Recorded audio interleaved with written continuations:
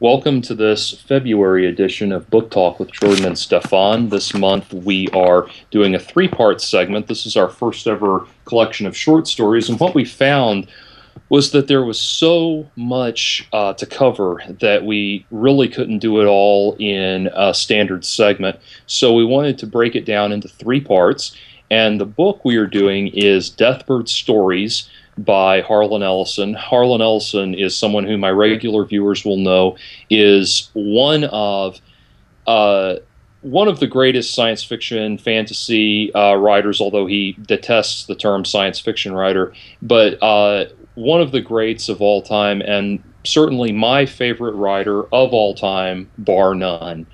And when I discovered his stories, I first discovered his work when I was 12 years old, and I read I Have No Mouth and I Must Scream. And I immediately thought, this is the writing, these are the stories that I have been looking for my entire life. And Ellison's work is dark on a deeply, like a kind of an emotionally subterranean level. It takes you down to a level of passion and depth of humanity that very few writers are willing or able to undertake. And Ellison's writing is full of just a passion for human existence and for being human and for what humanity means. And there is this huge sense of just tremendous sense of rage for authenticity in his writing. And when you read it, you find yourself in a world that is violent and provocative and explicit and violently and sexually explicit and all of that, but at the same time that underscores the tremendous emotional pain that that these characters encounter. There are legendary stories of people who are forced to suffer tremendous pain and personal pain and agony and anguish and these things that go on, these pains that they encounter. Stories like Sophie's Choice or Johnny Got His Gun. Stories like these where people are forced to confront situations that no person ever wants to imagine or encounter. And that is where Harlan Ellison, that is not just a place Harlan Ellison visits, that is where he lives. His writing puts you into some of the darkest, most disturbing depths of the human soul and the human psyche. And to put it this way, it was like discovering his writing. Whenever I would see a book by Harlan Ellison on the shelf at a bookstore, it felt like I was reaching into something deeper than what would normally be in it was not just a book, it was not just a story, it was like this portal. It was like I was reaching into something. I think we all have writers who are like that, but Ellison was the first and most important one of those for me. So Deathbird Stories is a collection of stories built largely and loosely around the idea of what are the modern day gods? What's the modern day polytheism? What do we really worship nowadays, and how do we make those gods literal? And it brings up a tremendous number of philosophical questions, of intellectual concerns about the nature of God, the nature of humanity. Ellison is an avowed atheist, but he is still very much still has a lot of ideas about God as a philosophical construct and that sort of thing. So this is, in my mind, probably the best book to introduce somebody to the writing of Harlan Ellison. So bearing that in mind, Stefan, this was your first experience with Ellison. Tell us, what did this make you feel? Where did this take you? Oh, it's like going to a symphony. You sort of feel the music with you throughout the entire evening, even after you go to bed. It's like going to a painting, a series of paintings from a famous painter. You feel the paintings for another week. It's what happens when you experience art. You're inspired. You wanna see the world through this person's eyes for a bit.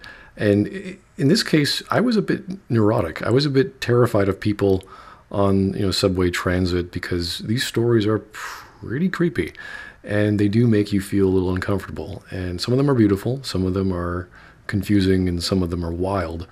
So you get this range of genres.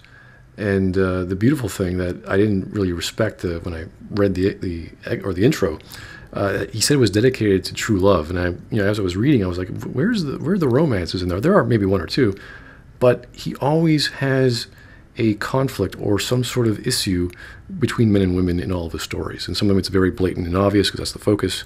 And sometimes it's just, well, this is a realized man who used to have a wife or used to have a girlfriend or whatever. So it's very adult. It's very mature. And I think the intro itself, he quotes all these people to get you prepared for what you're getting into. And it is perhaps the most imaginative anthology within the short story genres I've ever seen. And if you want to get into short stories, this is probably the first thing to read. And if you enjoy it, you're probably going to feel a little let down with all the other anthologies you might come across. But it's a high bar to appreciate. Absolutely.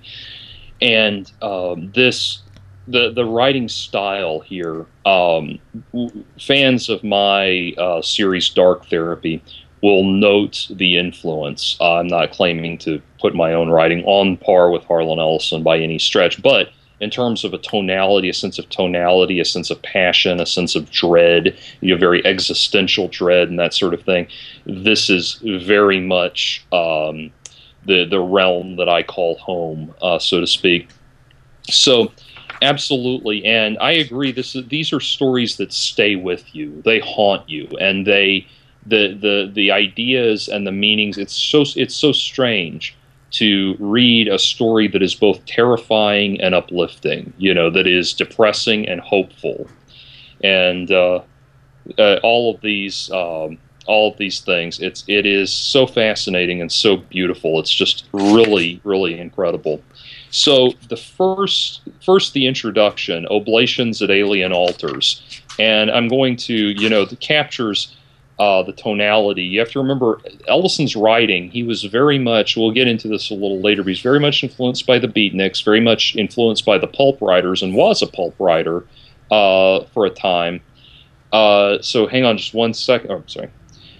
So let's take a look at the introduction. Oblations at alien altars. It begins, gods can do anything. They fear nothing. They are gods. But there is one rule, one seal of Solomon that can confound a god, and to which all gods pay service to the letter. When the belief in a god dies, the god dies. When the last acolyte renounces his faith and turns to another deity, the god ceases to be. They know the terrible simplicity of that truth, the mightiest and the mingiest of gods. They have seen their fellow gods go down to obscurity and banishment for lack of believers. They saw Achilles wither when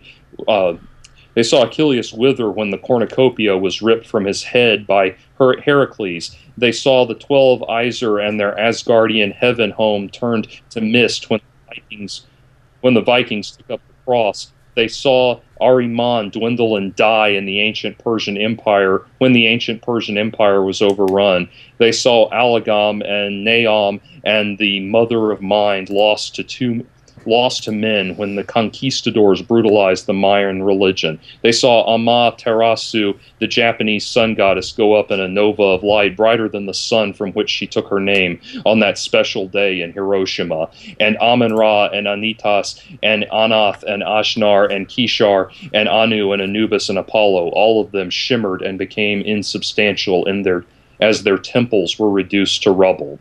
Volume after volume of sacred books of gods, and that's only the A's. That is the level of passion with which Ellison writes, and there's this kind of tenacity and this fury to it. What were your feelings about the intro, Stefan? Oh, this intro, he's setting you up to be this emotional world that, you probably shouldn't read all at once. And I was sort of laughing at that. There's so much to read. You wouldn't be able to anyway if you wanted to, so you have to take breaks.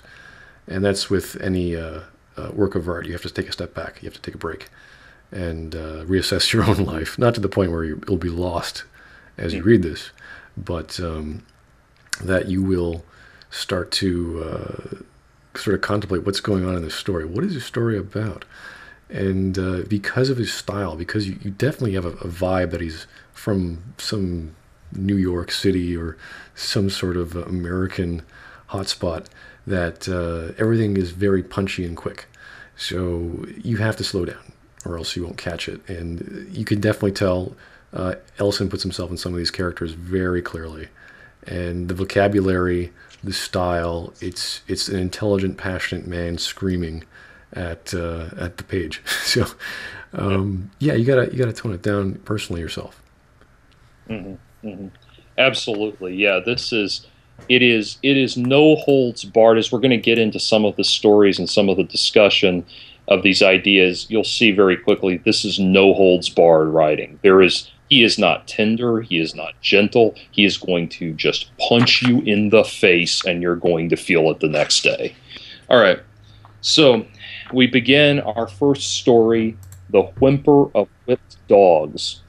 The Whimper of Whipped Dogs was inspired by a true story, which was the Kitty Genovese murder in New York City in the 1970s. Kitty Genovese was a young woman who was coming home from work one night in New York City. As she was coming into her building, into the pavilion at the front of her apartment complex, she was attacked from behind by a man who viciously beat her, raped her, and then ran off and came back and killed her. And about 30 people watched from their windows as this happened. And it is an urban legend that none of them did anything. There were a couple of people that called the police and somebody shouted at the guy and that kind of thing. But in general, this huge number of people sat there and watched this brutal murder occur, and nothing was done. Substantial was done to help this woman, when there should have been enough people to rush in and gang up on this killer en masse.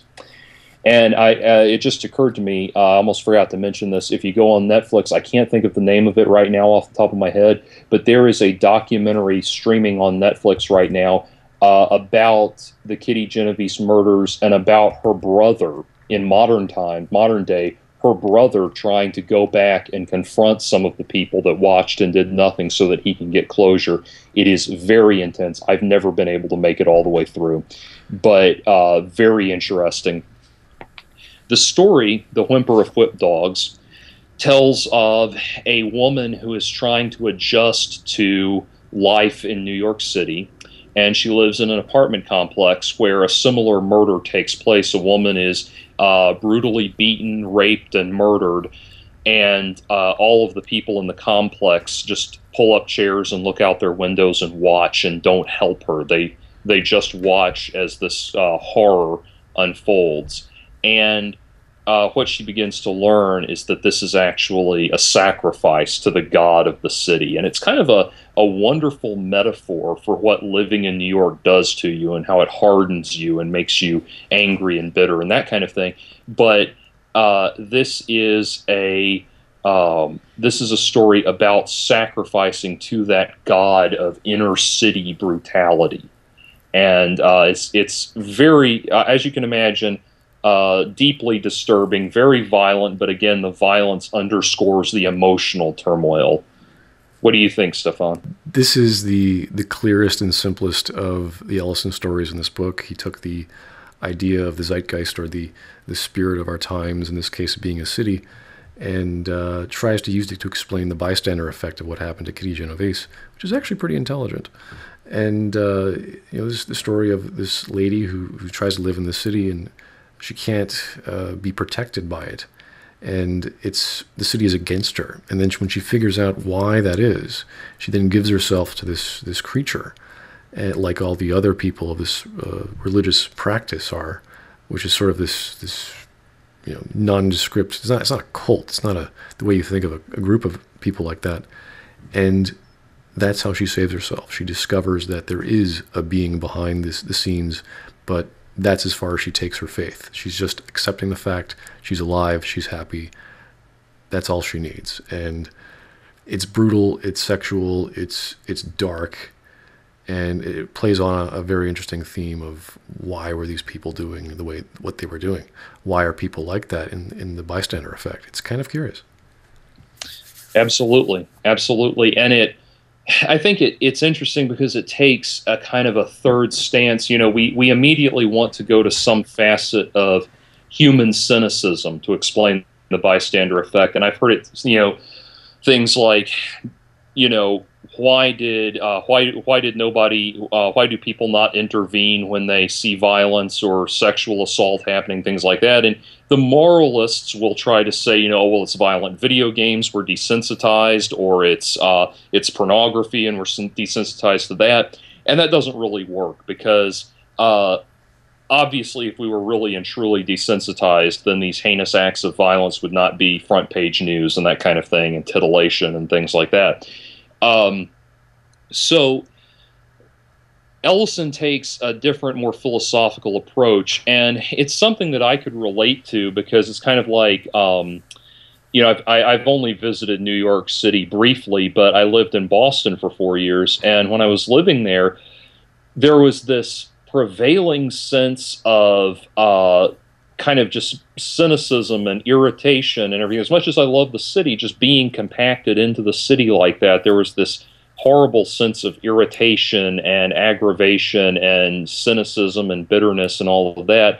And what's funny is you almost, through a kind of a series of almost personal epiphanies, you start to kind of translate the meaning of, when some guy says, hey, what are you, stupid or something? You realize that this is almost just the less like actual angry invective and more like a language, more like a means of communication through, anger and cynicism and all of that. And I think that's very much metaphorically what's happening here, and in a very extreme way. And yeah, this is one that definitely resonates because it makes you think about certain ideas of like how we come to terms with with unsettling factors in our lives, how we adapt to new places, new locations, that kind of thing. And so, yeah, and it also, I think, speaks to something unique about New York City, because New York City as a physical construct is very unusual as cities go. So I think there is something about the compacted aspect of it and forcing all these people to kind of breathe the same air and everything. So moving on to Along the Scenic Route.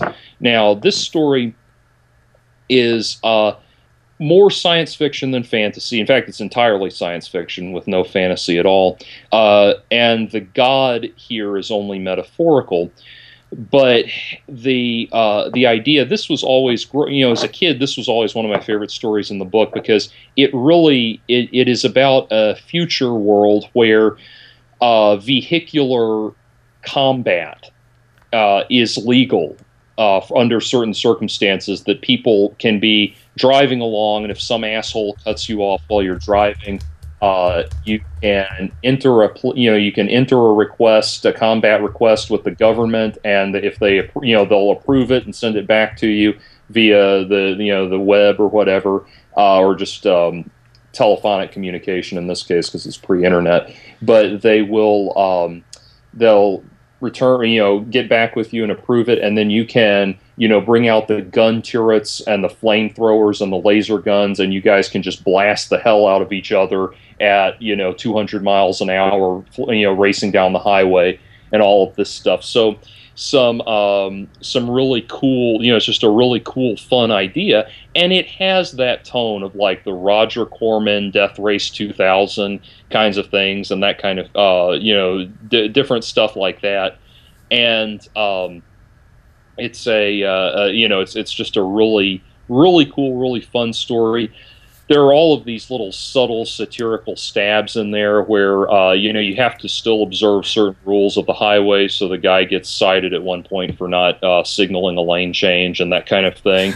Uh, and through it all, it's the setup for the story. The underdog that we're rooting for is this guy who's this very much this like average Joe family, upper middle class family man, very much this Clark Griswold kind of character, driving the family car around with his wife, and they're just out for a drive, and there's some jackass that almost sideswipes him or something, and so they get into this fight, and the jackass character, the other guy, is this like young whippersnapper that can just really tear up the road and that kind of thing. So he's got a huge challenge all of a sudden.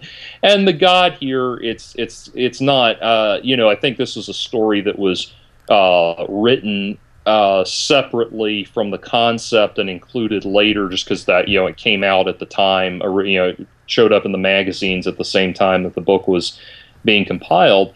And the God here is the God of the freeway, and I think the thing here, I think that the thing that Ellison is making, the profound statement about God here, is that he's pointing out that God, there's a comment there's a few quotes on the concept of God at the beginning, and one of them is Robert Heinlein. He says, "Men rarely, if ever, manage to dream up a God superior to themselves. Most gods have the manners and morals of a spoiled child." And I think that's very true, that what Ellison is identifying as God here, and this shows up throughout the stories, it's not like it's not this focusing point of all of our spirituality and all of our desires and our hopes and our fears and beliefs, all this thing that elevates us and exalts us and that we worship and are exalted by worshiping. It's not that. What he sees God in his mind is a kind of it's kind of a vice. It's a personification of our negative impulses, and worshiping it is, kind of an act of giving in to the worst in ourselves. And that's what this story really is about. Is this like the God of the, it's the God of basically, it's a world where you can act on your road rage. So it's a God of, your road rage, your worst impulses, your worst knee-jerk behavior. I think it was Louis C.K. Yeah, it was Louis C.K. The comedian said, driving, people become the worst versions of themselves when they're driving. And you think about it, you are strapped into a weapon, surrounded by other weapons, going 90 miles an hour, and you become the worst version of yourself. You're in that moment, and that's what this story is focusing in on. I actually wouldn't go that far. This is probably the one story that doesn't quite fit the other tone, or not the tone, but even the setting and the spirit of the anthology. It's a fun, well-written story. It's Death Race 2000, 100 years from now. If everyone had access to machine guns and laser turrets and all this stuff, and it has an ironic twist at the end. And it's just a fun, good story. It's definitely something I would have put somewhere in the middle of the book, because we have to space out all those crazy horrors that Ellison is throwing at our brains every page. So this was a refreshing little. I don't know if I can call it an appetizer. That's just like this sweet, sultry thing, and you're going to get this really dark, rich, meaty main course later. So yeah, there's not much I can say about it aside from it being a Death Race 2000 in the future, and I enjoyed it. It was fun. Yeah, absolutely. So the next one, On the Downhill Side. Now, I know you enjoyed this one, Stefan. So why don't you go ahead and set this one up for us? Okay, this is like something right out of Neil Gaiman. I mean, it feels mystical. It's spiritual. It happens, I think, in the waking hours, where the spirits tend to realm in the wonderful world of New Orleans, and there's two people trying to come together. They're trying to form a relationship, and they're getting sidetracked by other things as they get to their destination. There's a unicorn who's a spirit guide, the familiar of one of the people there, and it's really a story about what it means to be in love and what the God of love would do to you if you did not use your talents or your your understanding of that emotion properly. And it's one of the most obviously there's an element of horror, which wouldn't be an Ellison story near the end, but it's mystical, it's beautiful, it's whimsical. He's trying to tell you that there's something more to life, and love is one of the most profound things there are. And once you get to the end of your life, even after you're dead, there's something there that you can't quite put your finger on, and there's someone else to represent something about you that you didn't know you needed. And this is the sort of conflict of getting these two people, it's basically a romance story, to realize that they need each other. And it doesn't matter whether that's in the afterlife or the next life or whatever, they need each other for a specific reason. And not doing so will cause them to have this horrific fate, whether it's wandering aimlessly throughout existence or just ceasing to exist entirely. So there's the aspect of horror, the aspect of hope, and it's just a dark Neil Gaiman story, which I think is really, really fitting and really succinct. And Neil Gaiman is a humongous fan of Harlan Ellison. I met Neil Gaiman one time, and that was what we talked about. At the time, I have a standing invitation from Harlan to visit his home, what he calls the Lost Aztec Temple on Mars, at some point. And so Gaiman and I talked about Harlan's home when I met him, so this story, yeah. I think New Orleans being the setting, because this, and we are going to have to this and a couple of the other stories, we're gonna have to have a couple of spoilers here and there. We're gonna try to keep spoilers to a minimum, but obviously they're short stories. It can be very hard to discuss them well without telling the entire story or summarizing the entire story. So without giving too much away, these two people are dead, and they are spirits in limbo. And they have this one night to fall in love, genuinely fall in love with each other, before they will be lost to the void forever. But they have, if they can move on to the next life, if they are able to fall in love. And you have a male character, who has loved too much. He is, as the story puts it, he's had too many women and too many flings and too many one-night stands, and he's just a chronic womanizer. And he's also racked with guilt too, because various women in his life have suffered in different ways, because not because of his mistreatment, but because of his neglect, his inability to reach them emotionally. And that's on a side note there. That there's a theme. One of the characters, one of the women in his life, in this character's life, was committed to. We don't know why she suffered some sort of mental breakdown and was committed to an institution, and he blames himself for that. And that is something that shows up time and again in Ellison's writing, and something that I think may in fact be a way of Ellison kind of coming to terms with some of his own feelings of guilt over relationships, because that the idea of the woman, the insane woman, or the woman that's driven mad by this person who is subsequently racked with guilt, that shows up in the video game version of I Have No Mouth and I Must Scream. It shows up in another one of Ellison's stories that's not in this collection. It's a story called All the Birds Come Home to Roost, which is about a man who is somehow encountering every woman he has ever dated in reverse order, and so in very rapid succession. And so I think, having read some of Ellison's, more personal biographical writing and that kind of thing, there's one thing I read where he said that, at one point the woman he was with asked him to list all of the, or how many women he had been with. She asked him how many women he'd had sex with, and he started trying to list as many names as he could think of, and he had to stop. He said he had to stop when he was in the low 300s. And on the flip side, he he talks about like there's a story in another collection called Croatoan, and in that one it has been misunderstood by a lot of people as being like a pro-life parable or something, kind of like the way people misunderstand Horton Hears a Who, and that kind of thing. But Ellison said it was really just about him taking responsibility for his actions, and he said after Croatoan was published, he went and got a vasectomy. So this is, it feels like Ellison in a way is purging some of in his writing, where you have these men that are racked with regret and guilt at kind of having overshot the mark with women to the point that they're not connecting with them properly.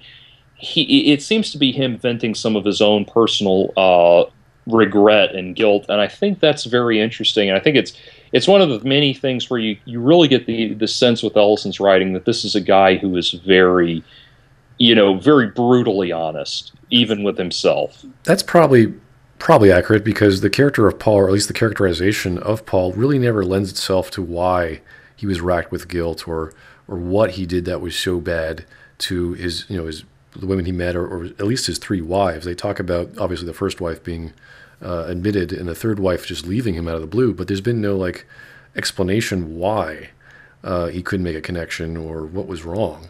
If he can marry someone, obviously they have some connection, and something happened. So it's never really there's no time within a short story to do that, to go into a character list and start going into why they are the way they are. So yeah, that was the main problem I had with the story. They didn't really explain what was wrong with Paul. They clearly explained what was wrong with Lisette. I mean, she was, getting into relationships and she didn't care, or she didn't really involve herself. So it was kind of strange because it's in the whimsical world of the afterlife, and it's in New Orleans, and it's sort of light and dark, and there's all these other characters you're meeting as you go by. Because it's a fantastical world, you're kind of unsure of what's going on. You're not sure what's going to happen. You don't know what we're getting to. So until they, that reveal at the end, which was beautiful because it had the jump from the third person omniscient to the first person, the third person Paul perspective to the first person, where it's not only Paul, but Paul and Lisette as the same perspective. Then he's getting poetic. And it's just this beautiful little story that was just the right amount of pages for it not to delve into poetry and not to be in this long, drawn-out walk to your eventual doom. So I appreciated the size. I thought it was the right amount of diction and characterization. Could have been a bit better. Yeah, and it really is a beautiful story, and I think to me, in a way, it reminded me, because you have the time constraint if they have to fall in love by the time dawn breaks, and that's what on the downhill side means, is they're on the back, it's past midnight, so it's technically morning. And in a way, it reminded me a lot of Lady Hawk, Matthew Broderick and Michelle Pfeiffer, where one turns into a hawk during the day, and then he turns into a wolf at night, I believe. And so they're it's that kind of they can't quite connect. And there's also one of the things I love, and I can so relate to this, is Ellison is keenly aware of how we so often screw up our relationships over the most meaningless, unimportant things. The little things just send us running, and how painful and horrible that is that we let that happen. And that kind of happens here. And so this is, I think, a very good meditation on the nature of relationships. The next one, and I have to play show the cards a little bit here. Stefan and I actually recorded this whole segment once already, and then technical difficulties prevented the audio from being usable, so we are doing this again. But O Ye of Little Faith is the next story, and this one, as we were talking about it last time, we got into such a great depth of discussion with this, because this is a story that works on so many levels. It is a story, and this is where I say we're going to have to do a little bit of a spoiler to really talk about it. But that said, you should still go back and read it because the prose and the tonality of it and the pacing, everything will just elevate these ideas to such a new level. But it builds on the idea of what was talked about in the introduction, the idea that when the belief in a god dies, the god dies. And this is a man who finds himself stranded in a Hades, an afterlife, a Hades for the gods. For all of the gods that are no longer worshipped, that have been forgotten about, they now live in this. And remember, Hades is not like hell, where hell is, fire and brimstone and pain and suffering. Hades is just this kind of dark, dismal, mournful place. This kind of almost like the game Limbo comes to mind. That kind of thing. And that's Hades, and this is a Hades for gods that are no longer worshipped. And it's very, it is very haunting. And it's, at one point he talks about hearing Odin in the distance and the wailing in the distance and that kind of thing. And it just shakes you to your core because it's now, you're among these. What it reminded me of, there's a Pink Floyd song called The Fletcher Memorial Home, which is it's a song about a retirement home for retired dictators. They can, and they can sit around and listen to parade music and salute each other and everything, and how meaningless their lives are now as they're declining and all of that. That's what this reminded me of. But the way in which this guy arrives there, he arrives there by way of this kind of failing relationship with this woman, and this is where the man and the woman relationship comes in again in Ellison's writing. It fails. Here he comes in that there's this man that's failing in his connection with this woman, and it's interesting. It's Ellison offering a very interesting observation on on his own atheism, the idea that this guy does not believe in anything. And as a result, nothing believes in him. There's no, because he doesn't believe in a God, there's also no God believing in him. And I think that's an interesting flip of the coin, so to speak. And Stefan, I'll let you elaborate a little more. But those are the core ideas happening here. Yeah, this is, I think, the starting of, I would call the Outer Limits episode stories, because it begins to get this very creepy vibe, and it sort of ends very abruptly and very strictly. So it's a story about a man and a woman, and they're trying to establish whether or not he wants to be with this woman for a long term or for any future date. And she's constantly trying to figure him out, and he's just being the cynical bastard he is. And he can't tell her what she means to him. And the whole concept of believing in someone is the core theme here. And he can't say to her she's the only thing he believes in, because everything else is moot or meaningless to him. And he's not a stupid fellow. He's rather, like Ellison, he's a very well read. He's very well spoken. So he's not flubbing words. He just can't tell her because he's not emotionally attached or at least honest with himself to that point. And there's a scene in a Mexican shop where this fortune teller says, "I can tell your fortune." And he gets violent with this guy, and then he suddenly knocks down the table, and there's all these spices and herbs and drugs on the table, and he somehow gets removed to another world where these old gods go to die.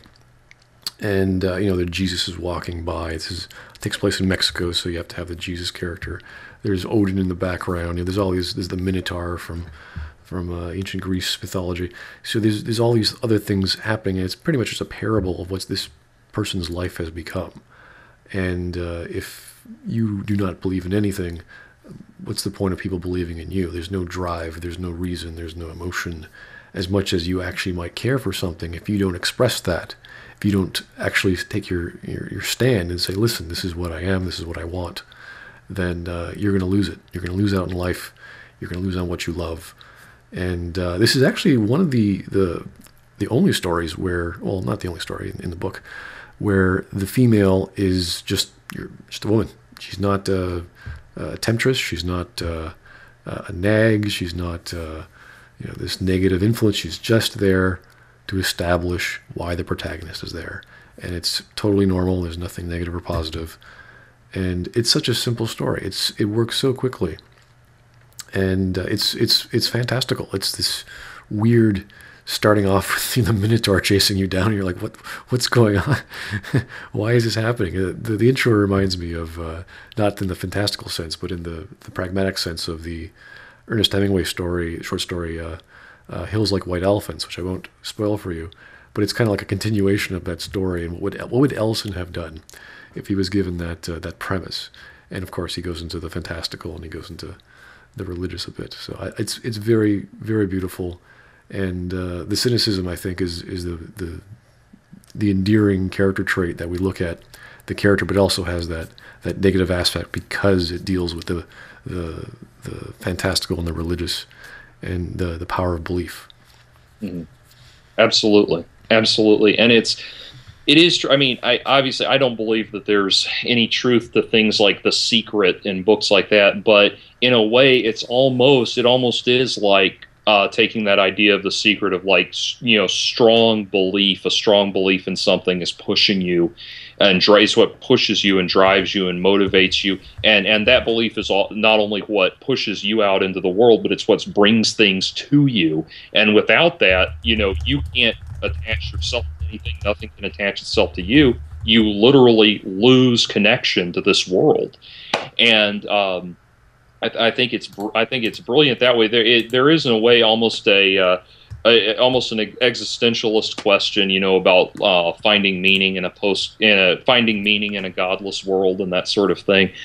And so, yeah, absolutely fantastic story. Very quick and to the point. It's just a quick 1-2 punch. It's kind of makes me think of like Friedrich Nietzsche being able to, in like 1 or 2 sentences, say something that most philosophers need an entire book to say, and that kind of thing.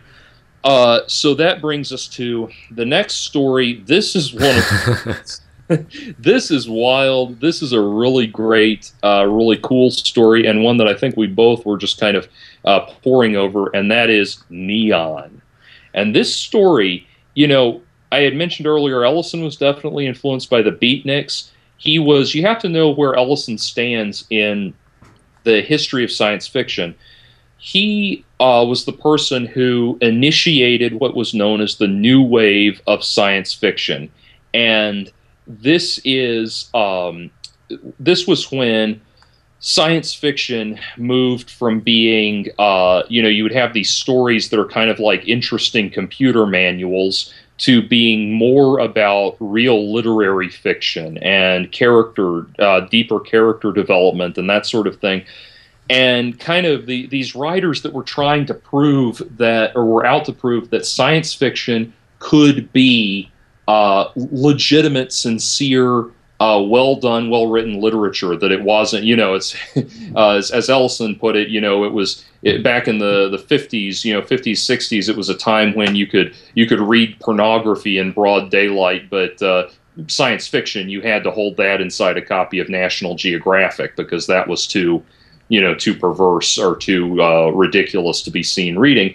And so what he did was there were these writers that were coming along and writing stories that he wanted to be, or that they were writing stories where they wanted to be taken seriously, as we said. And he took a lot of these writers like Philip K. Dick and J.G. Ballard and Roger Zelazny and Damon Knight and a lot of these guys, and he brought them together in a collection called a short story collection called Dangerous Visions. And that was a game changer.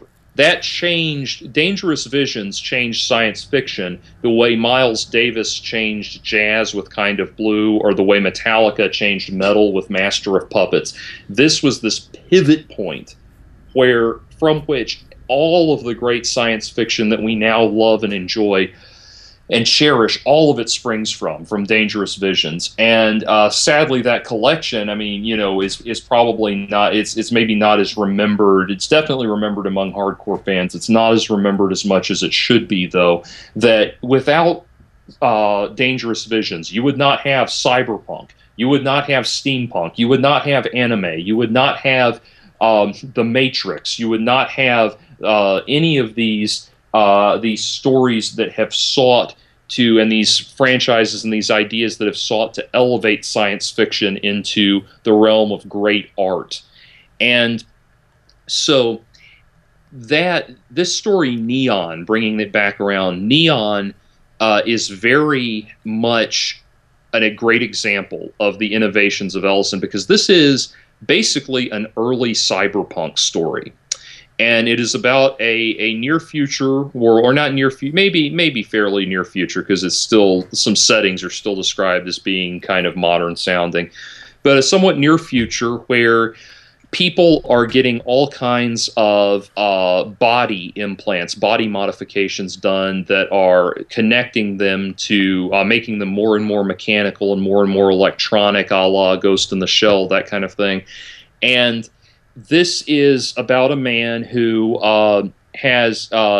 is taken to surgery for an emergency operation after being seriously injured, and he is given a mechanical eye to replace one of his organic eyes, a mechanical finger, and then he has this kind of almost Tony Stark style neon piping, neon tubing in his chest that's keeping him alive and keeping his systems functioning and everything. And he starts to receive communications in the form of neon light when he looks into neon signs, and like the kind of neon signs you see in downtown Tokyo and that sort of thing. When he looks into those signs, he starts to get the feeling that they're speaking to him, that he's being communicated with.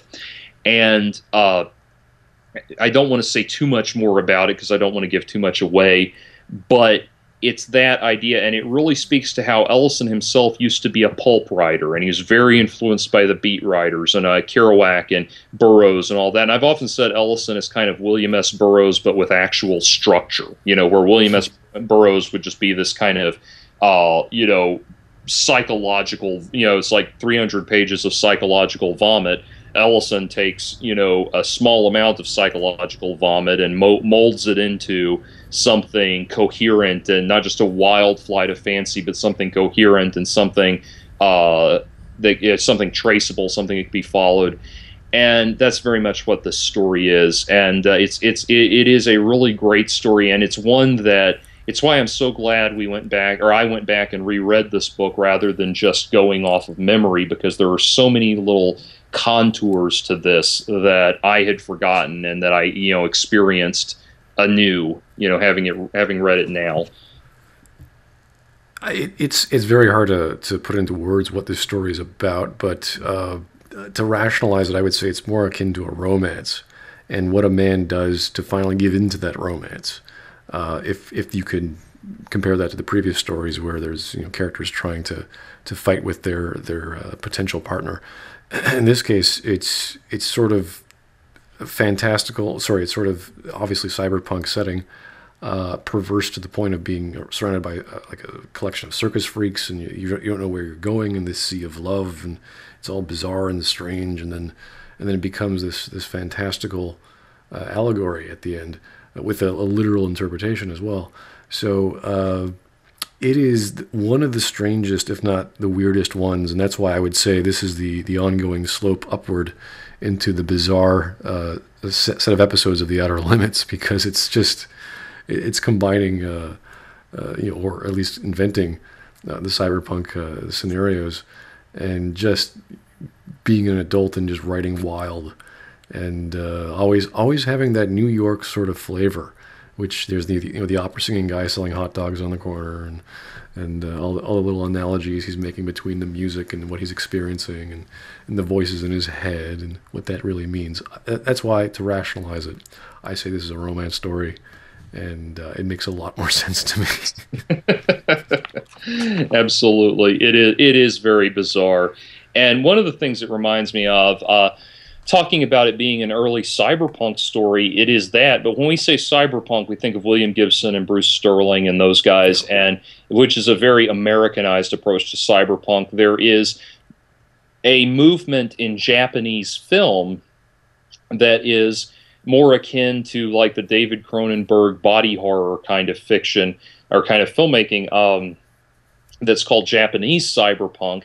And this means something entirely different. This cyberpunk is stories about people mechanizing themselves and becoming mechanical in a very grotesque and often lurid, sexual kind of manner. And the benchmark film in this genre, the Japanese cyberpunk genre, without question, is Tetsuo the Iron Man, which is about a Japanese man. Well, it's not about being Japanese, but it's about a man who is cutting into his own body and just inserting metal pipes and metal bars and very in a very primitive just garage kind of way, just jamming these pieces of metal into himself, trying to become almost mechanized by way of osmosis. And that's Japanese cyberpunk, and that's very much what this story reminds me of, and it explains a lot of the weird,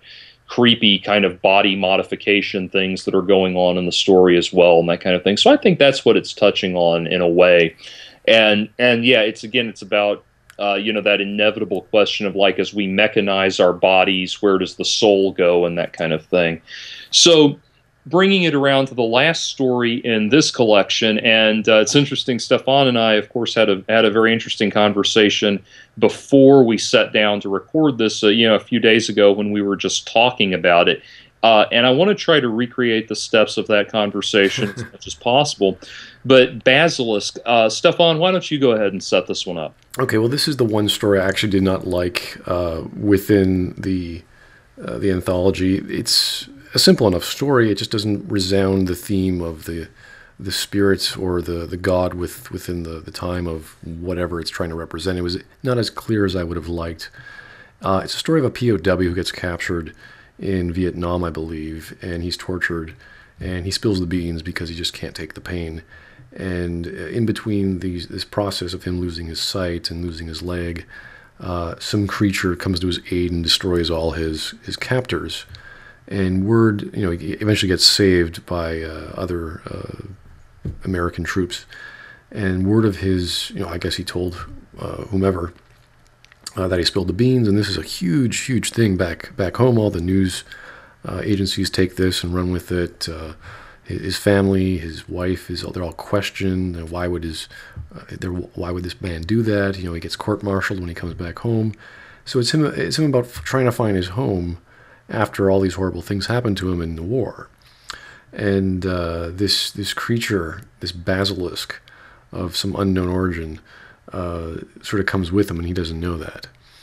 So it's a very strange story that I probably couldn't identify with, just on the believability that if you were captured as a POW and spilled the beans, and you were my son or what have you, and you came back, I wouldn't really care that you spilled the beans. I wouldn't really care that you lost your leg or what have you. I would care whether you were alive or not and well. And it's sort of, you have to get behind the fact that this entire town where he grew up, the entire country knows about what kind of a traitor this person is, when all he did was tell the enemy about, I don't know, some troop deployments or whatever the intel was at the time. So you have to jump that hurdle to appreciate what's happening. And then there's the mystical aspect, which did not resonate well with me. So it's basically a story about a man trying to find his home again, and coming back with this horrific tale that changed everyone's life before he even knew about it. So yeah, I think that's best I can summarize. Absolutely. I think this story resonated with me a little more, Probably because I think I know a little bit more about some of the context in which it was written, which I have lived in small town America. And small town America can be very beautiful and very fascinating. And anyone can watch my video on jigsaw puzzles and hear about my love of Charles Wasaki and know that I love small town Americana. But there is this dark undercurrent, underbelly to it, and it's something that you have to remember the time period in which the story was written, because Stefan, I don't know what it's like up in Canada, what the atmosphere is like up in Canada, or historically too, that kind of thing, but the idea of being opposed to a war that the United States was engaged in is a relatively new concept. Nobody was nobody was opposed in the U.S. was really opposed to World War I and World War II, especially not World War II. And then in Korea, we started to encounter a little bit of a moral ambiguity about it. I mean, obviously, always people that are deployed in the war are going to be, going to have opinions about it and that kind of thing. But, back home, the attitude is always, cheering our boys and, bring the boys back home, and we're cheering for the troops and all of that, and they're off doing this heroic thing. But then it's almost, it really is, there was a time when it was treated almost as like some kind of deep-seated perversion and deviousness and dishonorability if you weren't willing to jump into the fray for whatever war your country was fighting, and the United States was fighting. And by the time we got around to Vietnam, there was this radical push where people were suddenly standing up and saying, no, fuck this, I'm not going to fight in this war that I don't support, I'm not going to fight and be killed and that kind of thing. And the idea of opposing war was very, very unusual. And Ellison was actually, at the time, he was writing for the Los Angeles Free Press, which is when he got apparently one of the 2 bomb attempts made on him, and it blew out the back end of the Free Press office. But he was writing for the Los Angeles Free Press, and he was put on Richard Nixon's enemies list for the things he was saying about the war and about opposition to the war. Spiro Agnew had his house, the phone lines into his house bugged. So Ellison was, in a lot of ways, very much a persona non grata for the conservative establishment that was very pro-war and pro-patriotism, extreme patriotism, and all of that. And in that context, I think Basilisk starts to make a lot more sense, because it is a story about confronting that and confronting the almost sociopathic connection or locking into of patriotism that the people back home have, where we just would hold in absolute contempt anybody who did not measure up to our concept of what a soldier ought to be, and that sort of thing, and that rage and that passion, not passion, but that anguish and that just hardline brutality. It's kind of like, the metaphor I go to, as I used to live in Oxford, Mississippi, which is your standard small town, American small town. And I remember at one point in freshman honors English, the subject, through group conversation with the teacher, the subject came up that that my parents were older than pretty much everybody else's parents there, and so the teacher asked if my dad had been in Vietnam, and I said no. He went down to the draft office and they went through the whole examination, and they discharged him on medical, and or turned him down for enlistment or drafting on medical reasons. And this kid stood up, just red in the face, ready to fight, ready to throw down, and said, "Yo, Daddy was a draft dodger." And I had the perfect comeback. At first I said, well, he was discharged on medical. It was not any, lack of patriotism or anything like that. They had medical reasons for not taking him. And then the guy said, well, what difference does that make? And I said, well, was your dad in Vietnam? And he said, my daddy wasn't born yet. And I said, well, what difference does that make? You know, and I pat myself on the back for having the perfect comeback. You know, usually you think of the best line. You know, they call it the stairwell effect, where you're going down the stairs later and you have the perfect think of the perfect comeback. But I thought of it then. I thought that was great. But anyway, it's that attitude. That's what this story is. This like sick, perverse way in which American culture just like demands that people go get shot up and die, not because they want to, not because they believe in the cause, not because they support their country, but just because you're supposed to almost robotically do that. That's what I think the story was getting at. Well, that's the one problem I had. The second problem was the whole mystical aspect of what the basilisk was, what kind of creature he was. I know he was a creature of the night or the dark world. That was never really clarified. And even the last paragraph where they sort of reveal what this was about, it says like the recruitment had gone well, power to the people. And then it said something about Mars being the master of men, or the scion of conflict, or whatever other titles they gave this thing. And I was like, well, who was doing the recruiting? Does he mean the Vernon, the main character? They recruited him through the basilisk? Was the basilisk who was killing people? Was that the recruitment? I was very confused as to what was going on as the god of whatever, yeah. Who just wanted people to die, I guess. Yeah. I don't know. It was very sort of like, okay, what was the point? Was it because these people were never in war and they had to die? Was it they wanted to bring someone who was in war back home so that they had to die? I don't like. It was very unclear to me, and I really like this story is simple enough. It could have been very simple. It could have been very clear as to what exactly Ellison wanted to say within the context of having a god or a spirit of the times. So that was, with those two things, I was very. It just did not resonate. It just did not work with me as well as it was set up. Him screaming to get everyone else around him to crawl, and that was his big trauma. Thinking he's never going to see again, the loss of his leg, the loss of his wife, and all these other things. So there's plenty of conflict. There's plenty of conditions that Vernon goes through to make us feel for the guy. And there's nothing wrong with pathos or being strictly pathos or even a dark comedy if you want to go that far.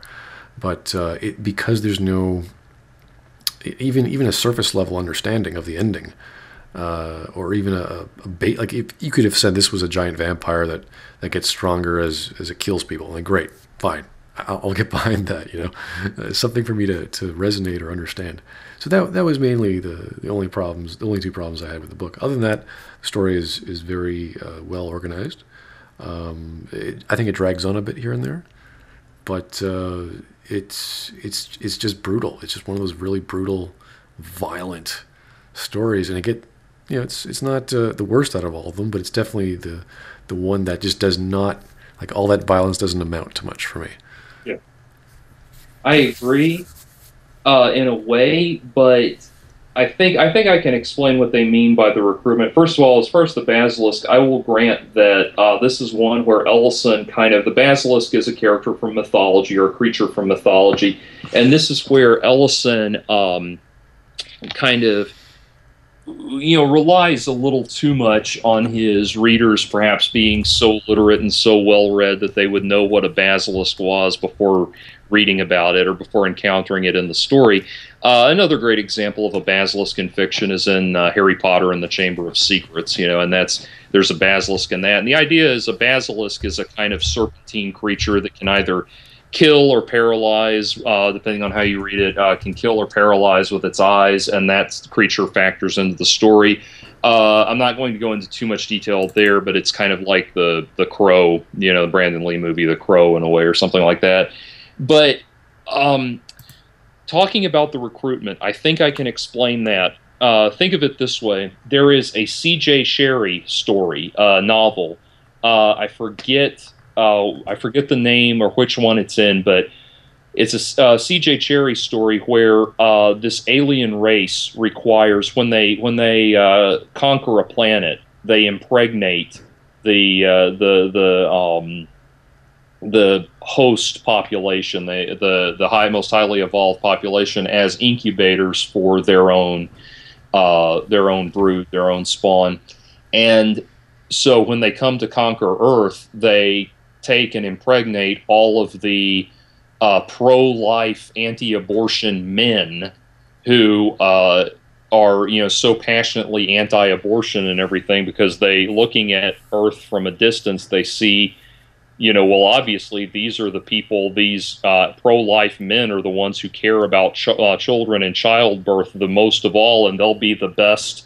So they'll be the best hosts for our offspring, to gestate and grow our offspring, and so they go and impregnate all of the pro-life Christian men, and that's, I think, it's a satirical point that way, that I think is happening, where Ellison is saying that the people being recruited are the people being recruited to the side of the god of war. Remember, these are people to worship the god of war, and it is those people with that pathological love of war that think you ought to go off and fucking die in some hole somewhere, because you ought to go die on our behalf, so we back home can cheer and rant and cheer for the country and America and all of that. That's the recruitment that's happening. It's those people. Well, the mythology I was familiar with. I'm familiar with fantasy mythology, so I knew what the basilisk was, but the ability that the creature has on the people in the story, it doesn't seem to turn them to stone or petrify them. It seems to melt them. It seems to liquefy them. So I was like, what's going? Even that was a bit confusing. True. To what because it's this invisible creature or something, I guess. It pops out of nowhere, does its thing, and then goes away. So it was, how this creature comes about, where he came from. It's a combination of the mysticism not being clearly explained, not that mysticism needs to be overtly explained, but to the point that a crippled man can suddenly destroy random people because he gets excited. And why this is happening, it really needs to be explained, as opposed to the previous story where it's like, okay, well, you're already in this fantastical world of belief. Going even further is fine. So, but this is contemporary, with the fantastical element. So as soon as you do that, your mind has to say, okay, what's going on? With I was trying to go back to the other stories we were doing. With O Ye of Little Faith, you can jump between the two, and you know why. So this one, it's like always there, and he I don't even think he realizes how he brings it about, and it's sort of this thing. He just says, "Oh, well, now I have this power to kill people." So there's a lack of intelligence, I think, to the narrative. That or just a lack of explanation, really, that would have, like, one sentence here or there would have totally just solved that for me, and then I'd be like, okay, now I know where I am. Now I know where I could put my understanding of the fantasy, and especially the attitude towards war, which we don't have in Canada. We don't have this war obsession, I guess. Yeah. I guess that might be part of it. Yeah. I guess it's a different culture for me to appreciate what's going on. But again, it was well composed. It was structured just fine. I thought the going home and all the reactions, all the personal, that's exactly how a small town sort of group of people would react, seeing someone they dislike for whatever reason. So it was a sad, very pathos-laden story, and dramatically it worked, just not within the scope of. This is the only story out of the whole book I thought missed, just me personally. Okay. Yeah. Absolutely. Well, we'll wrap up this segment because it's as you can see, it's run over an hour now, and as we said, there's no way we could discuss all these stories in one segment. So I'll leave you all with that. And as it stands, Stefan and I have not decided as we're recording this, what our next book will be. But we had tossed around the idea of doing a manga. And if you have any suggestions for manga, please feel free to comment below or write them in to us. And Ideally, what we'd like to do is a manga that's 1 or 2, maybe 3 volumes max, something very short. Just because we don't want to, we can't afford to get some 50-volume manga like so many of them are, 20 volumes or whatever, at say $14 a pop. That's just not feasible. So. So if you have any suggestions, please write in. Anyway, these stories always leave us with so much to talk about, and I believe that the next 2 installments and this one will only get better from here. And so the next installment, you can look forward to hearing us analyze and discuss Pretty Maggie Money Eyes, Corpse, Shattered Like a Glass Goblin, Delusion for a Dragon Slayer, The Face of Helena Bernoth, Bleeding Stones, and At the Mouse Circus. Those titles alone are just so evocative. All right. Thank you, as always, for checking this out. We'll join you again in part 2. Take care.